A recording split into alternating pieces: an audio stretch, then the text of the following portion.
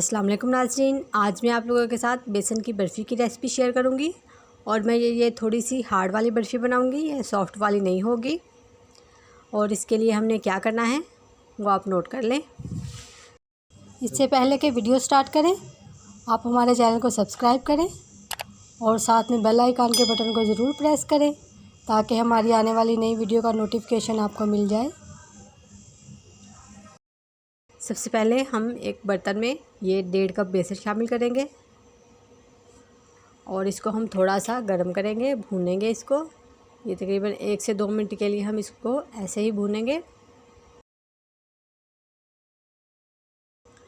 और अब इसमें मैं ये पौना कप घी शामिल करूँगी। जितना हमने बेसन लिया है उससे आधा हमने घी शामिल करना है। घी शामिल करके हम बेसन को अच्छी तरह से भूनेंगे। बेसन को हमने अच्छी तरह से भूनना है और मुसलसल चलाते रहना है ताकि ये नीचे ना लगे, जल ना जाए।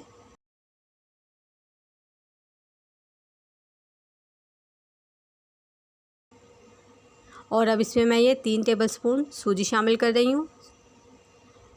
सूजी शामिल करने के बाद हम इसको अच्छी तरह से भून लेंगे। बस इस बात का ध्यान रखना है कि चम्मच हमने चलाते रहना है, छोड़ना नहीं है इसको। ये तकरीबन 10-12 मिनट लगेंगे इसको भूनने में हमको। और इसको हमने ज़्यादा तेज़ आंच पे नहीं भूनना वरना ये जल जाएगा।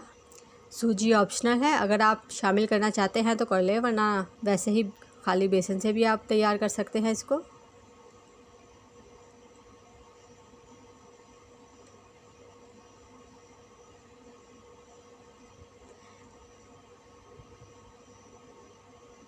और आप देख सकते हैं कि बेसन का कलर भी अब चेंज हो गया है और ये इकट्ठा भी होने लगा है।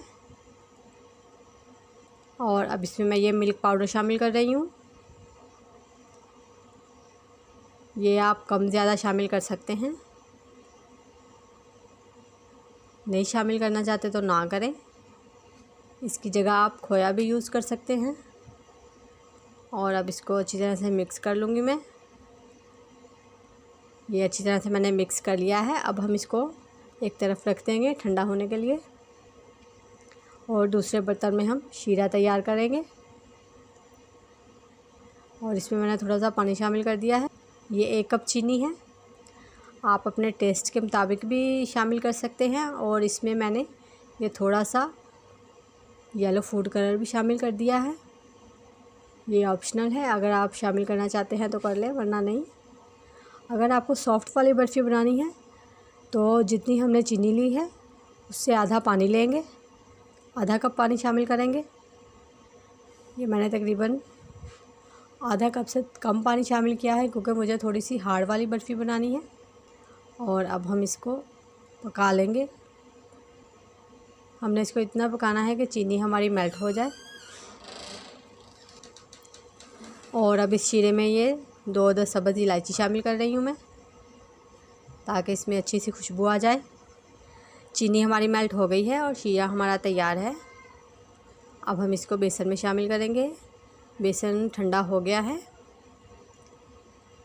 और ये जो शीरा तैयार किया है ये इसमें शामिल करके इसको अच्छी तरह से हम मिक्स कर लेंगे जल्दी जल्दी, क्योंकि मैंने थोड़ा सा गाढ़ा शीरा रखा है इसलिए ये जल्दी से ही ड्राई हो जाएगा।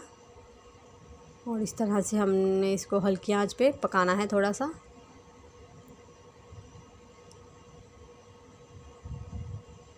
बिल्कुल तैयार है। अब हम इसको एक प्लेट में निकाल लेंगे। और इस तरह से मैंने इसको प्लेट में निकाल के सेट कर लिया है। इसके ऊपर थोड़ा सा पिस्ता भी डाल दिया है। ये हमारी बेसन की बर्फ़ी तैयार है। अब हम इसके ऊपर कट लगा लेंगे, जिस शेप में आप चाहें इसको कट कर सकते हैं।